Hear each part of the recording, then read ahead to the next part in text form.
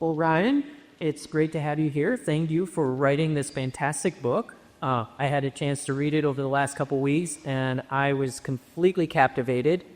I was told many times, put the damn book down and go to bed. But it's very hard to put down. I met you maybe 6-7 years ago. Yeah.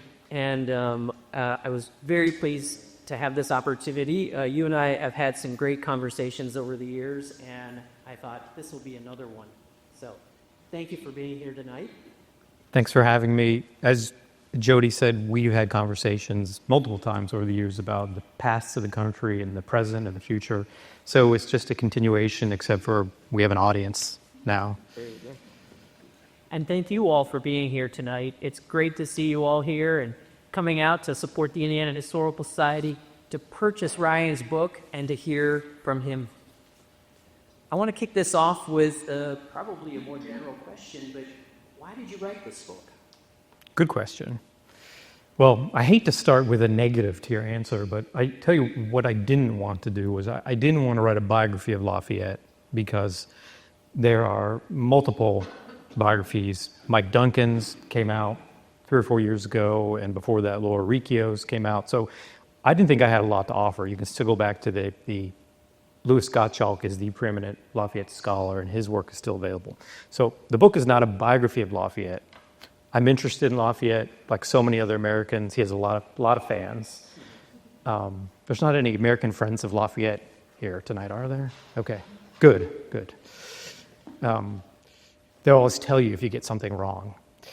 So I mean, it's a society of several thousand Lafayette fans that have actually helped plan the bicentennial of his visit, which just concluded. They held events all over in the 24 states where Lafayette visited. So I didn't think I had a lot to add, but Lafayette as a character, as the main character in this story, fascinated me. And I had read about him coming back to America.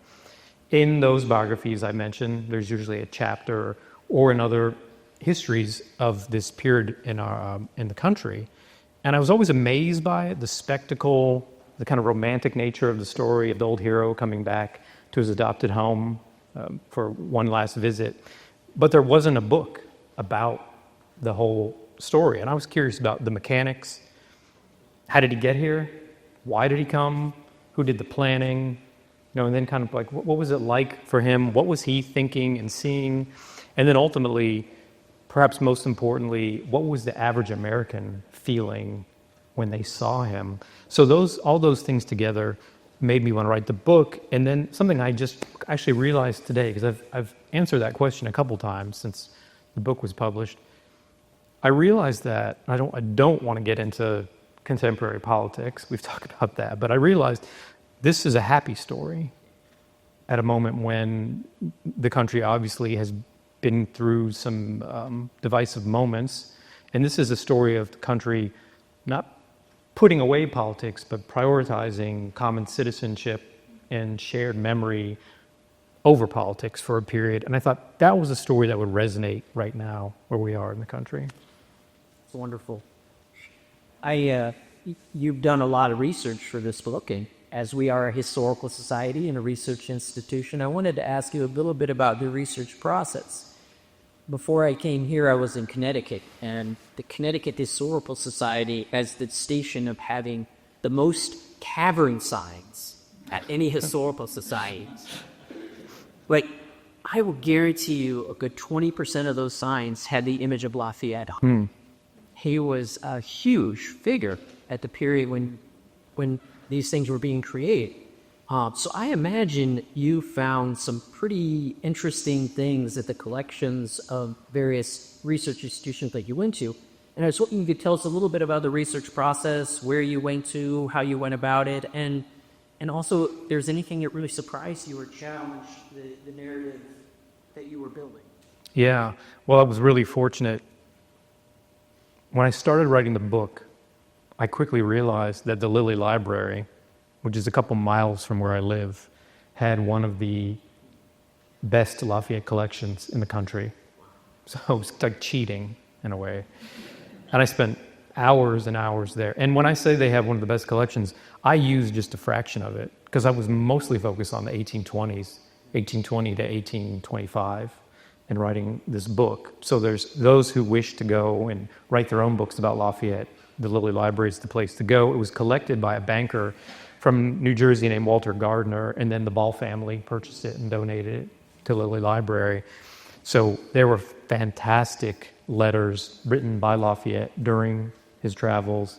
There were some facsimiles of letters that are actually in New York, so I didn't have to go to New York. That made it easy. So that was the first part of my research process.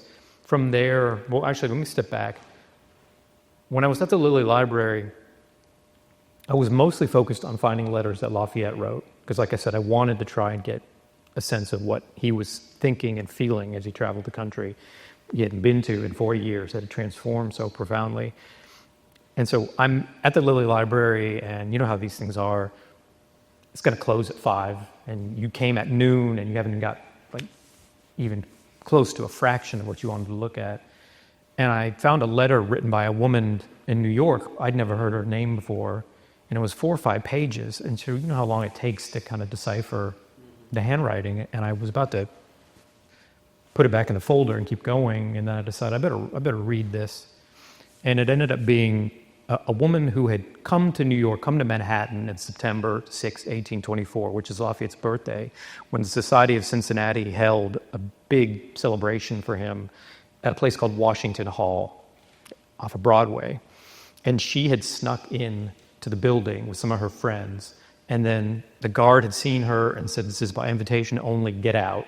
And then a man named Marinus Willett, who's a veteran of the Revolution, who's one of the old veterans that Lafayette is reunited with, on his travels, shows up and says, "Let the lady stay." So they get to stay, and Lafayette comes out, and she gets to meet Lafayette. So the letter was a recording of all this and what she was feeling and thinking when she saw Lafayette. She said, "I can't believe that it's my good fortune to meet and shake the hand of the companion of Washington." So that's really moving. But then she digressed from there into saying, you know, the whole country has lost its mind, which we'll get into, obviously, because it's just 13 months of nonstop celebration and pageantry and parties. And she's saying, this is all a bit much, isn't it? And then she turns around and says, if there was ever a moment that we should lose our mind, it's now. So what I saw in that letter was that a lot of Americans, everyday Americans whose names we don't know, were not only being moved by this, they were participating in it, but they were thinking about it too, whether it was compatible, the spirit of a Republican country, which these people were more connected to than we are, like 50 years, whether it was compatible to have this celebration of one man. Was it not idolatry? And so then from that point, I was still looking for Lafayette's letters, and Lafayette brought with him, he hired a secretary on the eve of departing for America named Auguste Levasseur, and his published journals of the travels is the primary source on this story. So I was able to get the letters that he wrote back to France during his travels, many of the portions of which are in the published journals, but also many parts are not, and they're a little more unvarnished. So that was those are all in Cornell. So I found those, but then it was a hunt for other Lafayette letters, but perhaps I was more interested in finding those first-hand eyewitness accounts from everyday Americans who had written in journals or had sent letters to loved ones, or then 40, 50 years later had written memoirs, unpublished memoirs, about what they saw and what they felt. And that really drove my research process, because I wanted the book to be kind of an eyewitness account. I thought of, you're a reporter and these are your primary sources. And how hard was it to find those everyday accounts? I mean, we assume that the works of famous people are safe, but it's the everyday people that sometimes their stories go without being documented. Yeah, it was hard. It was hard. The place where I found the most of them were state and local historical societies and associations that would have one letter. I mean, one that I didn't get to use, but just to show you like how far flung they are. The Working Men's Institute down in New Harmony, they had one that I didn't get until I had submitted the manuscript of man who wrote 20 or 30 years after the fact of seeing Lafayette in Maryland. And it was the same thing. It was like I was so moved as a child, and I was thinking, these people saw this, some of them when they were children, and they still remembered it vividly 50 plus years later. And so that, being able to capture that, I think would help readers, give them a real vivid demonstration of how huge an event this was, that people remembered it so long afterwards. We'll get to the sort of pomp and circumstance and the size of this in a little bit, but I thought for those who are unfamiliar with Lafayette's story, could you talk a little bit about his early life before coming to the what would be the colonies, to fight in the Revolution? Yeah, he was a French nobleman whose father was killed at the Battle of Minden in 1759, I believe. His head was blown off by a British cannonball. When his father died, he inherited his father's title, the Marquis de Lafayette. When his mother died in 1770, he inherited her fortune. His grandfather died shortly after his mother died, and that's where the money was in the family. So he becomes, at I think 13, orphaned and one of the richest, not men, boys in France. Because of his father's own history as a soldier, I think he was drawn to emulate his father, but his life as a soldier was quite brief. It was only because of connections made through marriage. He marries at an incredibly early age to his wife Adrienne.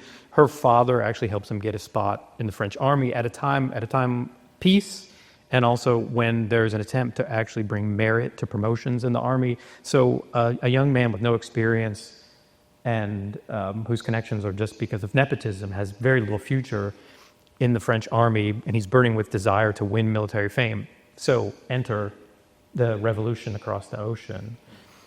So he's drawn, like so many Frenchmen and Europeans who are drawn to the cause of the colonies. And like many Frenchmen, he's introduced to Silas Deane, who's the American envoy in Paris, by Johann de Kalb, who's a Prussian nobleman also, who he ends up coming to America with. And Deane is giving out commissions or promises of commissions to French soldiers like candy. Lafayette gets one at the end of 1776, and he leaves the following year. Hugely, like Lafayette has a great comprehension of what we would call public relations right now. And he understands that the image of a wealthy young French soldier titled young French soldier, joining the American army, and then paying for his own way, paying for his own ship, arming the ship with his own fortune, symbolically means a lot to the colonists. So thus begins his love for America, although there is some, Louis Gottschalk, who I mentioned, who was the preeminent Lafayette scholar, has argued that Lafayette didn't come to America because he was in love with the cause. He came because he wanted to avenge his father, and he came like many other Europeans because he wanted fame and fortune. And then once he got here, he fell in love with the cause. Doesn't really matter either way. He fell in love with the idea of liberty and the rights of men. So he gets to America in the summer of 1777, lands at South Carolina, marches up to Philadelphia, where he's promptly greeted by a rude congressman who tells him, "We don't want any more French soldiers. We have enough, and we can't." So this is something crucial. I finish on this, is that a lot of the Europeans who came to America, they didn't last long, because they came here and they couldn't deal with having to serve alongside soldiers who were actually farmers or tavern keepers. These were professional soldiers who'd come from European armies. They disdained the colonists. One of the men who came across with Lafayette and then traveled to Philadelphia with him wrote these letters home. The American army is disgraceful. The Americans are grotesque. Their women are unattractive. This country will never amount to anything. Lafayette's letters back to Adrienne almost immediately after coming to America are, "This is a beautiful country. The landscape is majestic. The people are simple and lovely." From an early, almost as soon as he gets to America, he's in love and embraces the nation's customs. He loves the Americans. He ingratiates himself with Americans and with his peers in the American army, first and foremost, among them George Washington. Glad you are Washington. He has a very special relationship with Washington. as a mentor, almost a father. Can you go into a little bit about the relationship between Lafayette and Washington? Yeah, one of my favorite vignettes, they meet at a tavern shortly after Lafayette gets to Philadelphia. Shortly afterward, Lafayette, so I forgot, I got to step back. Lafayette was turned away at the gates of the Pennsylvania State House, which we'll get to later, which we now call Independence Hall, and then appeals again to the Continental Congress and says, I will fight without pay. So they accept, because I think they thought he would be an adornment to the army. He would play soldier and go home. At this time, there's a great vignette in Lafayette's memoir where, for the first time, he sees the American army. He's with Washington, and Washington says, we are so embarrassed for you, a member of the French army, to see this poorly dressed, poorly disciplined fighting force. And Lafayette, in his recollection, says, I'm here to learn, not to teach. So I think that's a genesis of why he was so beloved. But Washington, as you alluded to, did not have any biological children. Lafayette did not have a father. So there is a adopted father-son relationship. They become close immediately. I think Lafayette adds a little bit of embellishment, but he says almost immediately he's writing home saying, General Washington and I live like brothers. But they became close very quickly. They came from a similar background, right? They were both wealthy. And they eventually shared the same ideological goals in terms of, we were speaking of the rights of men, and this develops into a relationship that lasts after the Revolution. Lafayette comes back to America in August of 1784 for a tour that also is a national sensation, not quite at the same level. And, he spends several weeks at Mount Vernon with Washington and then has an emotional goodbye with him. And then when he leaves, you just have to include this, they say goodbye in the end of November, the beginning of December, 1784, outside of Annapolis. Lafayette's heading to New York. He stops at Trenton where Congress is meeting, and he's off to New York in December to leave. And Washington's going back to Mount Vernon.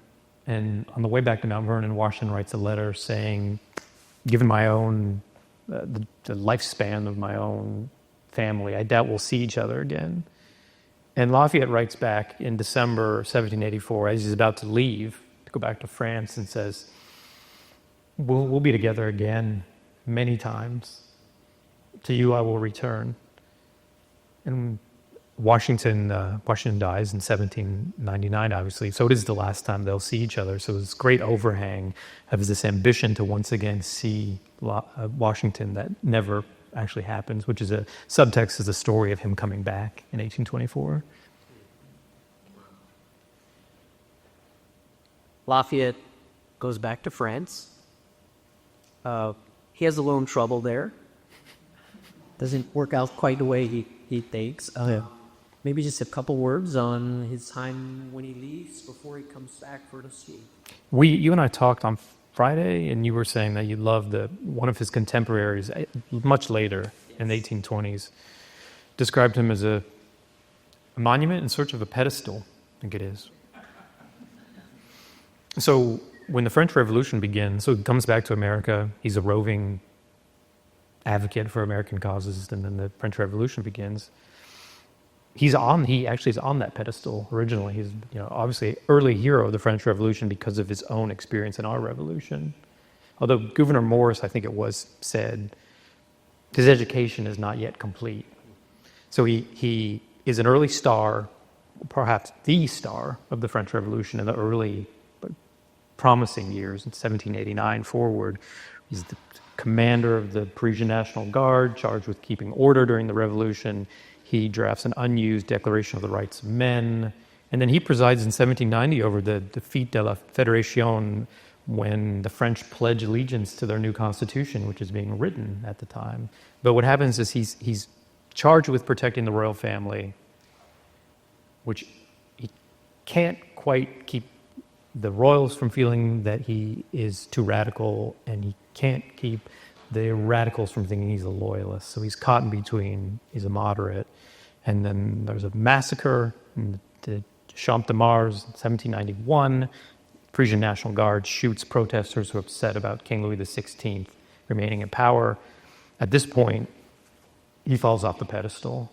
Eventually, he's forced to flee the country in 1792 into the Austrian Netherlands, which is today's Belgium. He's captured by the Austrian army. France is at war with Austria and England. Austria doesn't want any revolutionary contagion spreading into its borders, and he spends 5 years in prison, eventually joined by Adrian and their two daughters. But this is an incredible precipitous rise and fall that Americans are following, by the way, the whole time. They're proud that he's an advocate for liberty in the old world, and then they're upset that he ends up becoming a goat of the French, not GOAT like Michael Jordan, but you get what I mean, of the French Revolution.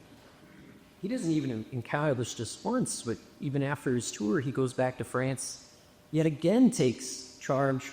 Yeah, right. And yet again has this failure of revolution. Yeah. I had a conversation with the man who's the curator of LaGrange, which is Lafayette's home, his castle. And we started out the conversation, him saying to me, "You do know, right, that we here in France don't share your admiration of Lafayette." And I remember there's one of these French New Wave movies, I think it's Breathless, with Jean Paul Belmondo.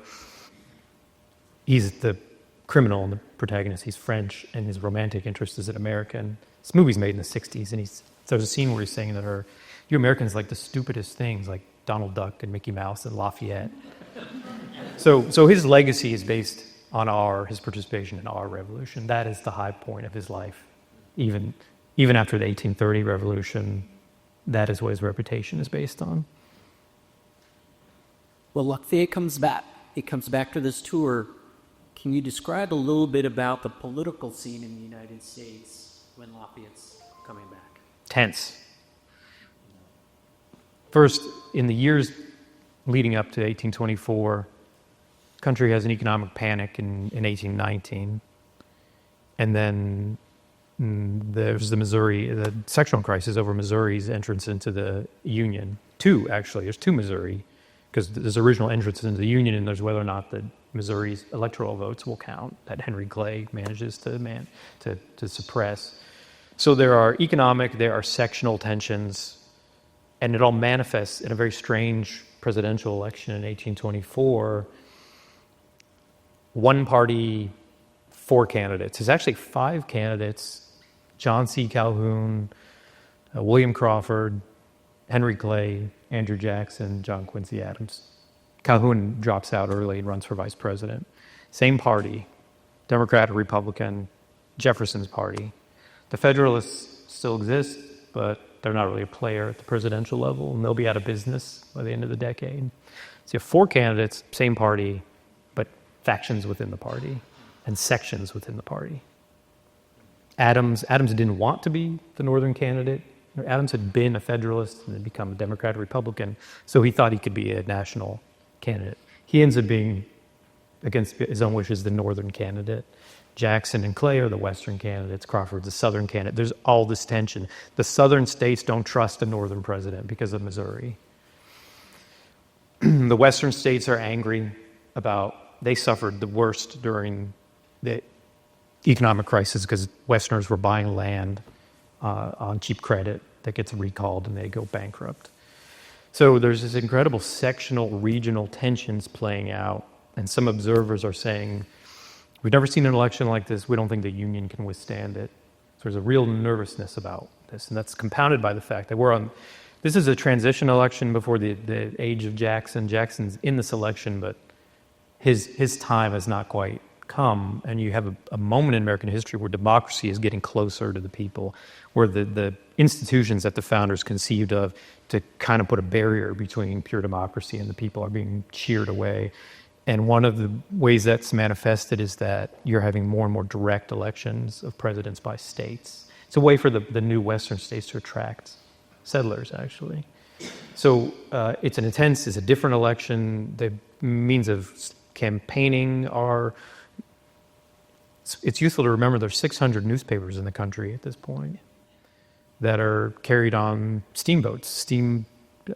Transportation is like the internet of that period. It's bringing people and goods together, disrupting lives. So it's a period of incredible change as well. And then one additional thing of interest is that, so James Monroe's term ends in 1825.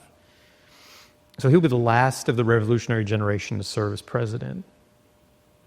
So all the other four men are of a whole different generation. Now Jackson fought, but Jackson, I was just at the Hermitage, and they claim pretty passionately Jackson's a veteran of the Revolution. He participated in defense of the Waxhaws and Battle of Stono Ferry, but as a boy, he's not a revolutionary veteran, really. He's not of the generation, although his supporters say he was of the Revolution. But none of these men are all from America's second generation. So you're going to have a transfer of power from the revolutionaries, because every president from Washington to Monroe had either fought in the Revolution or had participated as a statesman. So this is symbolic of one generation passing and another leading the country into the future. And I think that creates a sense of angst amongst Americans who are now, on the eve of Lafayette's visit, nostalgic for the Revolution. Jody, I drove up here from Bloomington. I left Monroe County, and I drove through Morgan County, and I'm in Marion County, and I could go to Hamilton County. If I went back home, when I went west, I'd be in Greene County. If I went a few counties to my east, I'd be in Fayette County. All these counties were founded before Lafayette's return. So there's just evidence of the founders and the revolutionaries were on Americans' minds. 4 living signers of the Declaration when Lafayette returns, and we're on the eve of the 50th anniversary of the country. So there's this kind of nostalgic homesickness, historic homesickness. Every time a revolutionary veteran died, the newspapers would print the headline, "Another Hero Gone." So there's already, I think, because of this tense presidential election, which itself, all the candidates are trying to mask themselves in revolutionary glory. Like Calhoun's supporters, before he drops out, claim he's the same age as Washington when he took command of the Continental Army. But there's a real nostalgia and an anxiety in the country that's manifesting in Americans looking backwards towards the revolution, right as Lafayette's getting ready to come back. I think that's a key part playing in the background of this story. There's a passing of the baton, if you will. A little inside baseball, you see the proliferation of historical societies at this time. Precisely because of that, the founding generation is dying, and people are afraid, like you hear today, that these kids won't remember their history, that we have to save it. So you just see historical society after historical society along the East Coast being founded and collections being saved just because of this. Absolutely. And there's also now, you can buy the Declaration of Independence. There are prints of the Declaration of Independence that are made. Hezekiah Niles, who's one of America's first publishers of a magazine, or widely read magazine, is publishing a history of illustrious speeches of the era. So there's it's evident, not just from places being named but there's a real desire to try and preserve the history at this point because these men are dying. We could go on and on about this, but let's get to his tour. So Lafayette lands. This is a moment of celebration, of celebrity. Trying to think about what this could compare to today. You and I on Friday, we talked about, had the United States seen a celebrity tour like this before? And if you had to place it in today, now we're not talking about modern politics or anything, if you were to compare this to a celebrity tour today, what's the magnitude of this? Good question. Thank you for asking. Taylor Swift. It was too easy. I think that resonates with people. I've had conversations with some friends who said, "Oh, so it's kind of like Beatlemania or Elvis." No, I think it's more like Taylor Swift in the sense that, do you remember last summer or the summer before, wherever she was going, the local economies were rocked, right? Because of the number of people who were coming in and getting hotel rooms and going to restaurants. You told me about that. Yeah, well, in fact, for after her Indianapolis concert was announced, the Indianapolis airport became one of the most Googled sites on the internet because people wanted to get gear, go see her tour. Yeah. It's amazing. Yeah, In Seattle, she set off like the earthquake detector. So when Lafayette gets to Philadelphia, to compare, there's such a rush of people coming into the city that there's a bout of inflation. It's like laflation. Eggs jump or double in cost, and milk and butter. You can sit in a tree in Boston for $500 and watch them go by in a carriage. And then, of course, there's all the merchandise. Now, this is great. Now, I have to say, my friend Jake Oakman, who's here, reminded me, this part is the comparison is not so much Taylor Swift, but more the movie Spaceballs. Yeah. The level of laughter suggests that not that many people have seen it, but there's a Mel Brooks movie where he's saying, it's a spoof of Star Wars, and he's saying we have Spaceballs, the t-shirt, Spaceballs, the cereal, Spaceballs, the flamethrower. You could buy a Lafayette umbrella. You could buy a Lafayette watch chain. You could buy Lafayette boots for your baby. My favorite was women's garters. You could buy Lafayette garters. Lafayette pretty close. Yes. Though, I mean, at this point in the country's history, there were a lot of people who wanted to do that. There's anything you can imagine, you can buy it with Lafayette's face on it or Lafayette's name on it. Lafayette. There's a wonderful editorial I discovered in a New York newspaper where the writer is saying, we've got Lafayette pears and Lafayette peaches, we've got Lafayette hogs and Lafayette cider, saying it's amazing in what ways our countrymen and women conspire to take our money. So it actually generates a real boom in capitalism, Lafayette's arrival, because this is how it works. There's Americans who say, I can make a buck off of this because people have lost their minds and they want. But I try to make the point in the book, there was a lot of that merchandise, but there were also poets were writing odes to him. Musicians were composing songs for him. There were charities opened with his name and, for widows. And obviously places, there's a question you always get. People always want to know, especially here because of Lafayette. I think there's 300, we can't say for sure, but there are 300 plus probably places named for Lafayette, which is interesting. We've got Lafayette here. We got Fayette County was named before Lafayette's visit, but we have LaGrange, Yep. which was founded in 1832, I think. LaGrange is his home in France. Yeah, right. And so that's really interesting. But I always say, yeah, but that's just the tip of the iceberg. You had, like I said, Lafayette Charities. You had lakes and mountains and babies named after Lafayette. You had a professorship in Nashville named for Lafayette. And my favorite, in Lexington, Kentucky, a tailor created a lint-proof jacket for men called the Lafayette. So there's an incredible boom of merchandise, but Lafayette's name is on everything during his tour. The tour wasn't originally supposed to last 13 months, probably. Mm-hmm. Originally, he was going to come in, he was going to tour New York, New England, states, go down to Washington. It ended up becoming much longer tour.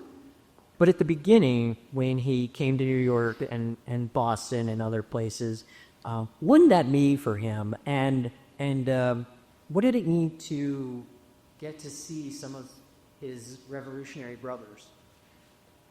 It meant a lot and highly emotional.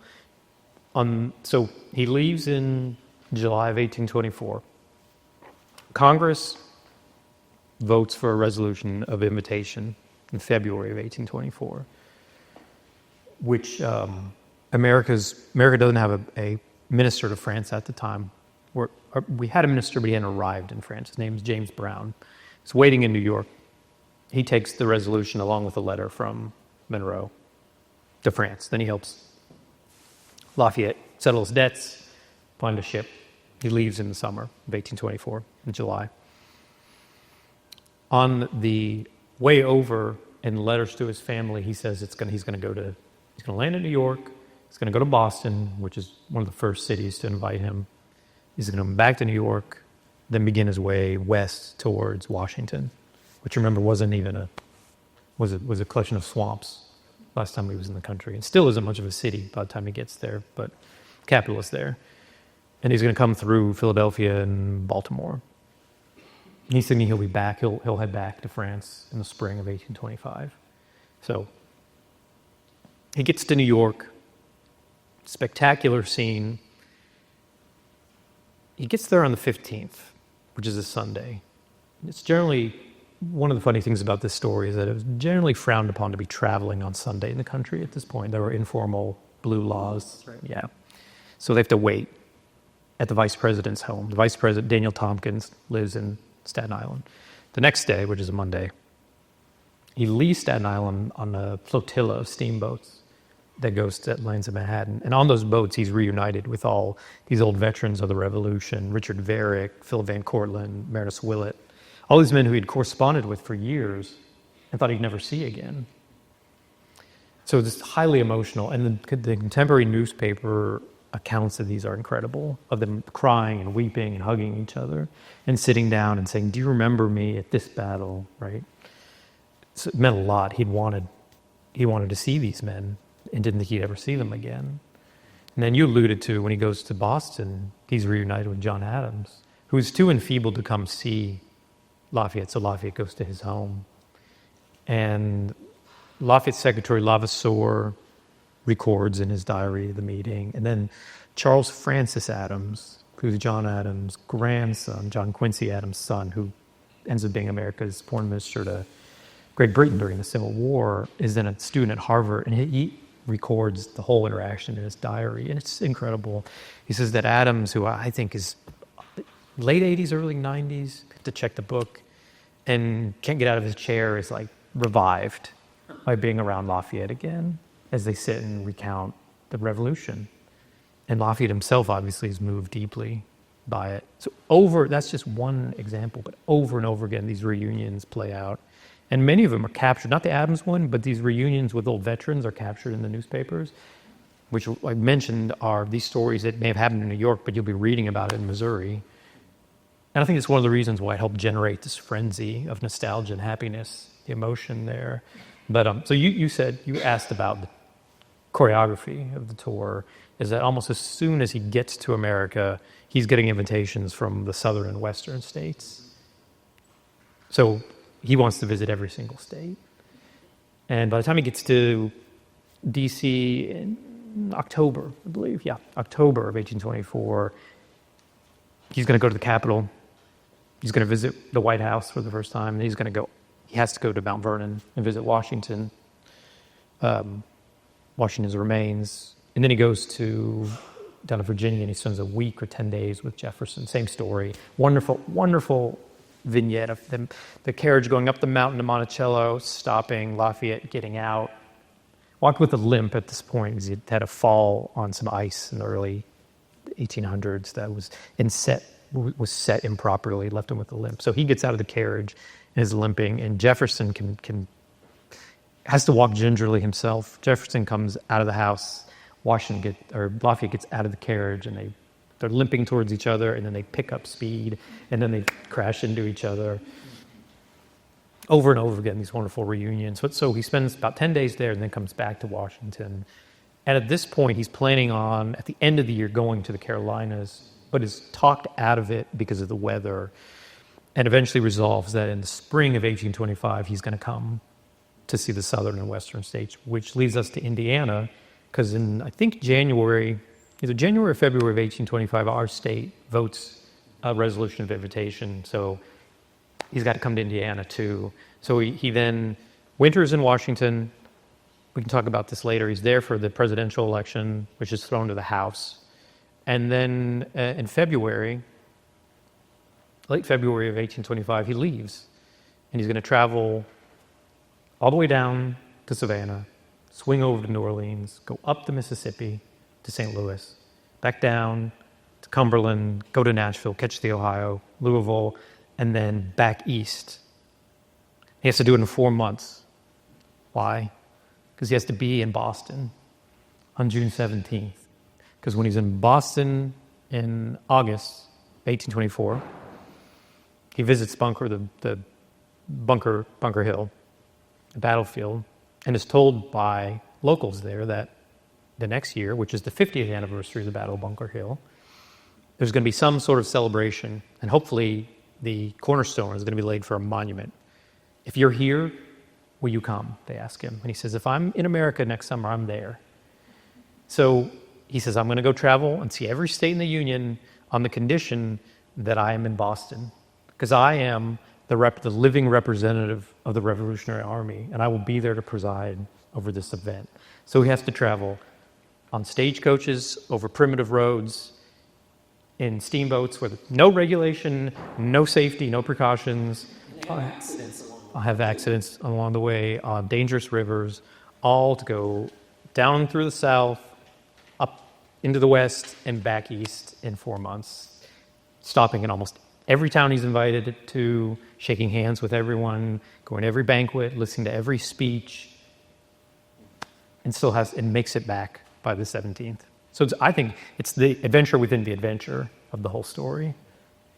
Now, Bethany is already giving me the sign that we're running out of time, and I have Really? pages of questions. So I'm going to condense these. There are 3 topics I'd like to hit on very quickly before the audience has a chance to speak. And the first one, while he's in Washington, there's quite a debate about whether and how to compensate. Mm-hmm. He's in financial rules when he comes to the United States. Right. And this is a legitimate, a real debate. Yeah. So Lafayette, the country had not ignored Lafayette's financial plight going all the way back to the 1790s. It's expensive to participate in revolutions. So he began to squander his fortune almost, fighting in our revolution, the habits of a nobleman once he gets back to France, participating in another revolution. At the beginning of the 19th century, our Congress actually, it's very interesting, had voted to give him land grants in the Northwest Territory. But the point was, because he's so badly in debt when he gets out of prison, the point was that he needed to recoup that money. He needed him to turn the land around quickly. So they ended up giving him land in Louisiana after the Louisiana Purchase.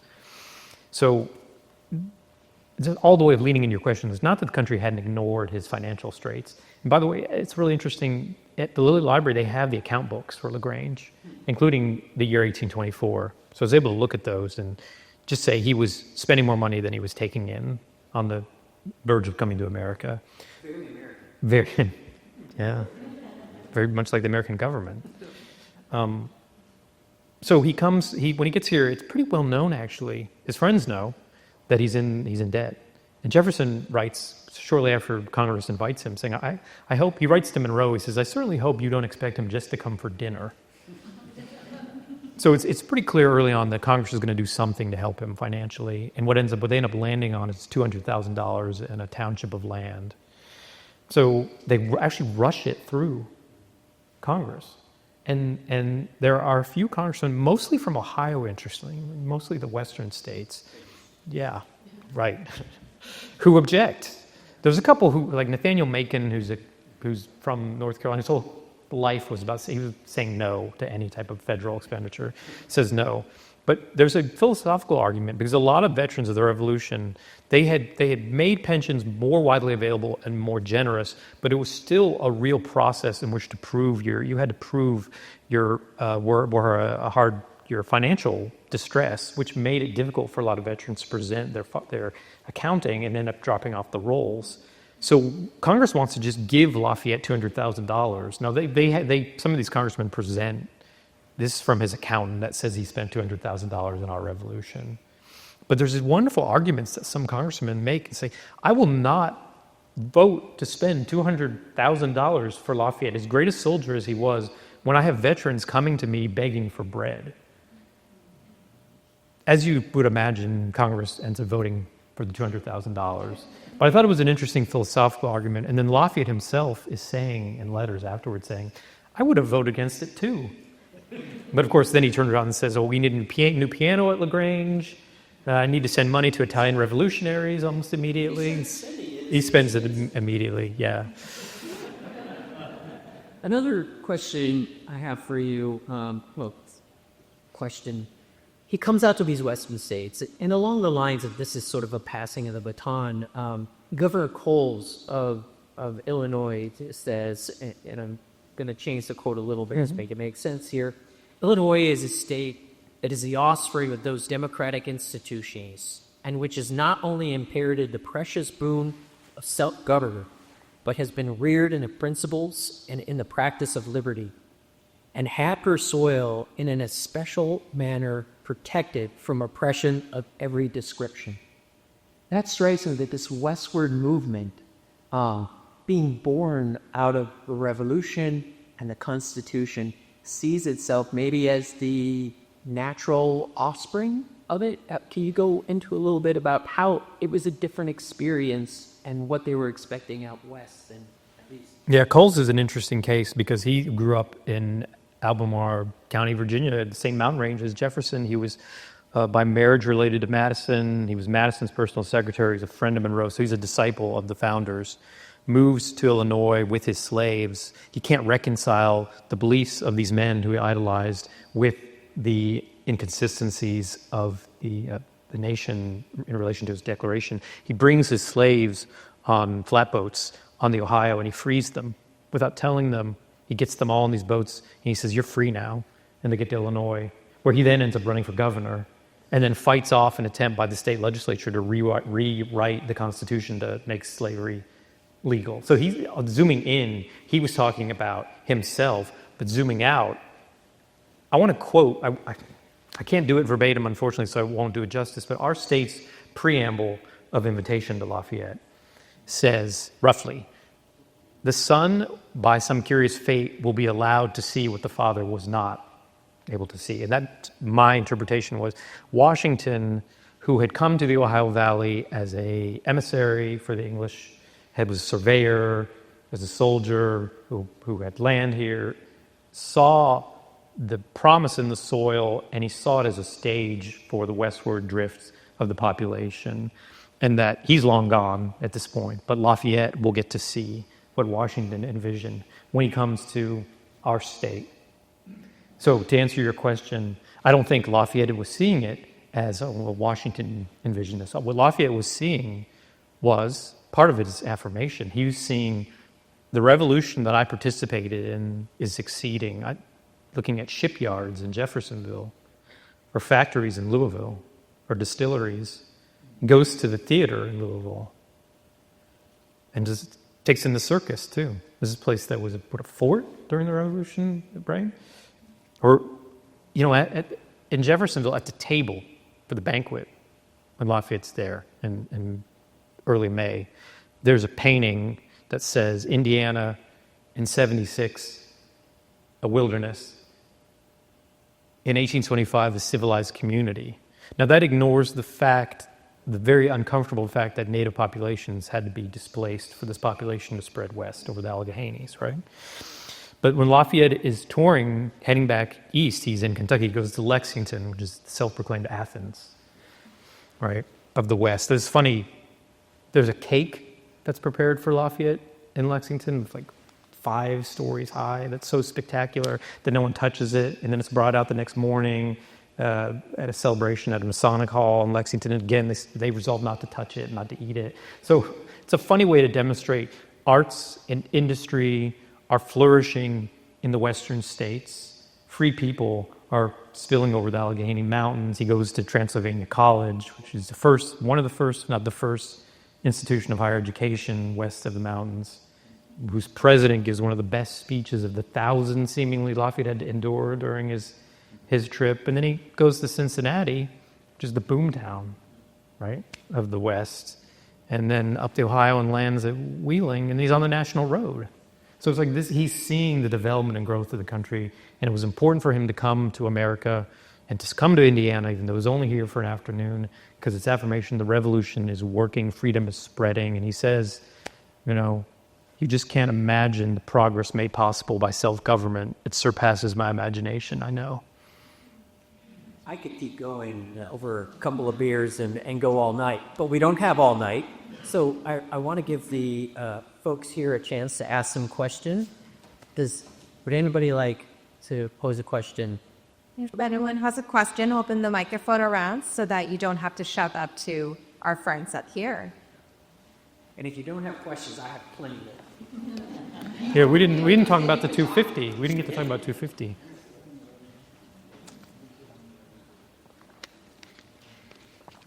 Two or three single things testing the way it spoke.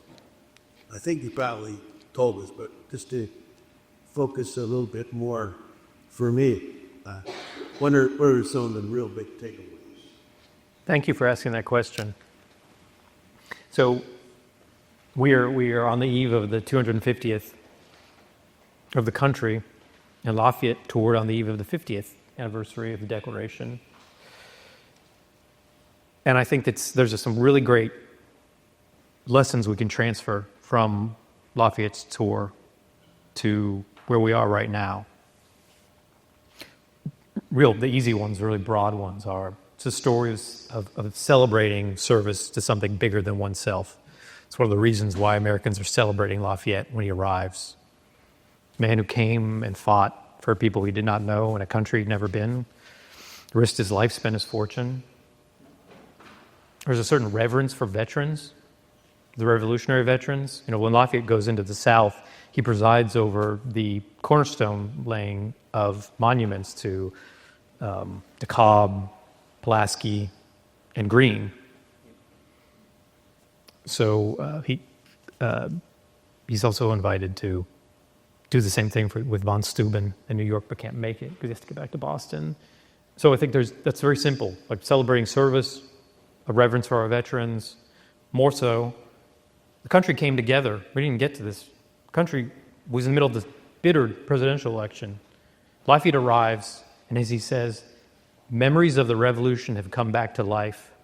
And because of that, the country had lost interest, to some degree, in the presidential question. The newspaper writers had lost interest in the presidential question, and the country came together. And Lafayette himself, I say this with confidence because Lafayette himself said, men who have not sat at the same table because of politics for 20 years have come together to celebrate our Revolutionary Army.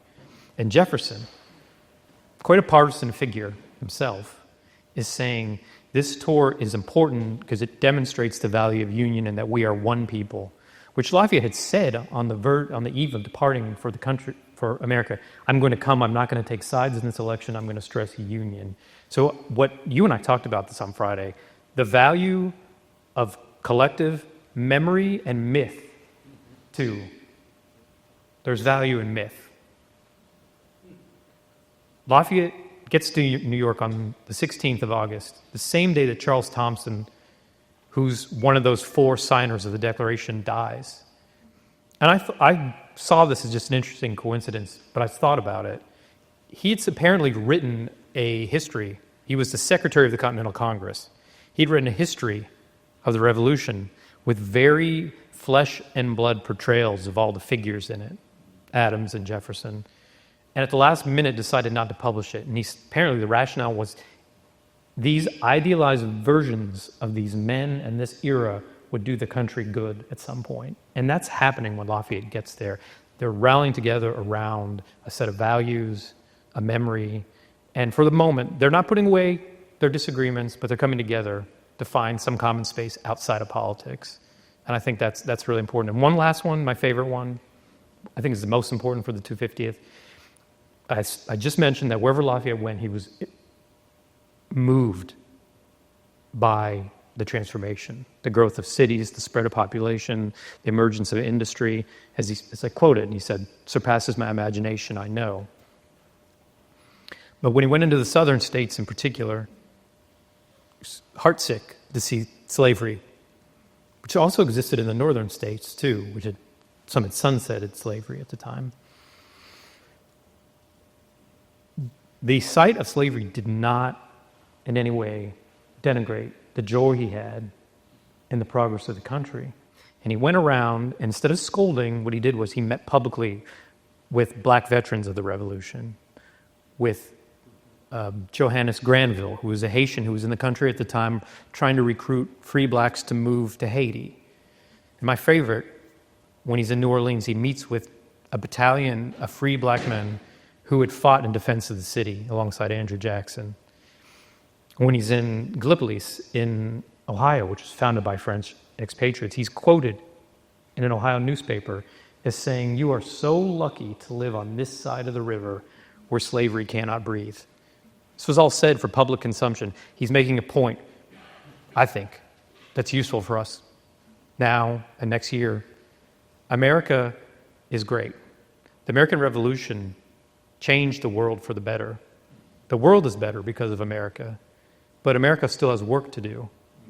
And that will always be the story of America, and it's the story of our revolution. It's ongoing.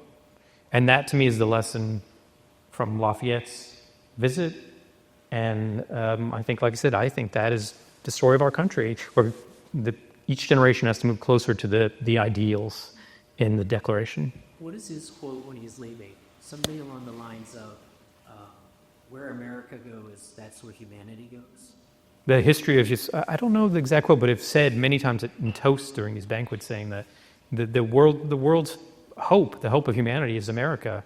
And it's useful to remember, that still has meaning now, but at the time, Lafayette was coming here at a time during the Second Bourbon Restoration, when gains made during the French Revolution were being erased, when revolutions in Portugal and Spain and Italy were being stamped out. So it was a low point for liberty in Europe, and he was coming here to see that self-government worked and then to transmit that back to the monarchs of Europe.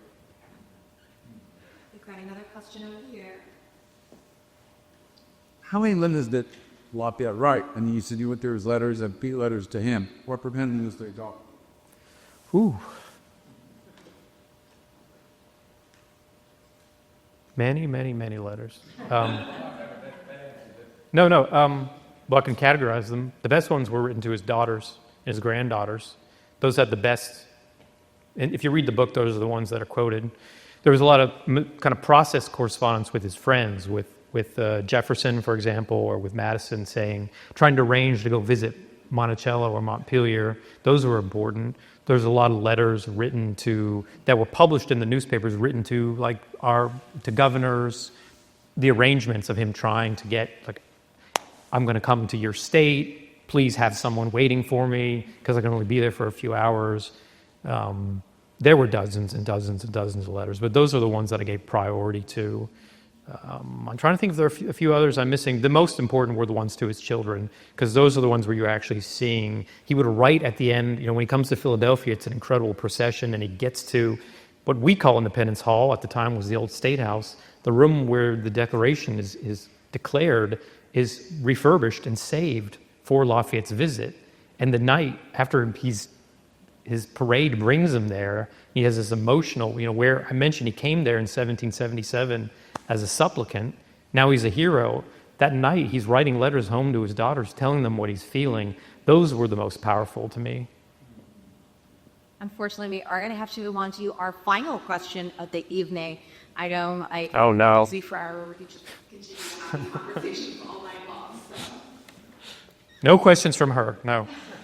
Okay, we work together, so you think some about the bird or something, but actually this follows up on that same question.